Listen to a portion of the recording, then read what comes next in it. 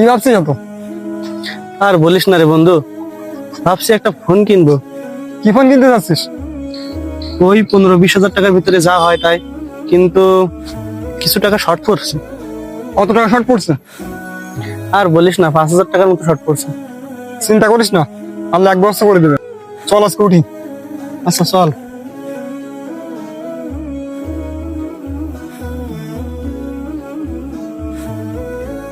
বন্ধু দেখ, একটা মানি ব্যাগ। আরে বন্ধু দেখ, ভিতরে কতগুলো টাকা। ভালোই হলো, এবার মোবাইলটা কেনা হবে। আরে থাম, কি বলিস তুই? এ টাকার মালিক তো তুই না, প্রকৃত মালিককে টাকাটা ফেরত দিতে হবে। কি বলিস তুই? পড়ে পাওয়া টাকা তো ভাগ্যের ব্যাপার। আমার খুব টাকার দরকার, তাই আল্লাহ এটা আমার মিলাই দিয়েছে। আমি এই টাকা ফেরত দিতে পারবো না। আল্লাহ হয়তো তোকে পরীক্ষা করছেন, আমাদের উচিত হবে টাকাটা ফেরত দেওয়া। ফেরত না দিলে প্রকৃত মালিক ক্ষতিগ্রস্ত হতে পারে। এর জন্য তোকে হাসির ময়দানে জবাবদিহি করতে হতে পারে। তাহলে তো আমার হাত দেওয়া উচিত হয়নি। বিষয়টা এমন না, আল্লাহ হয়তো তোর মাধ্যমে তাকে উপকার করতে চাচ্ছেন।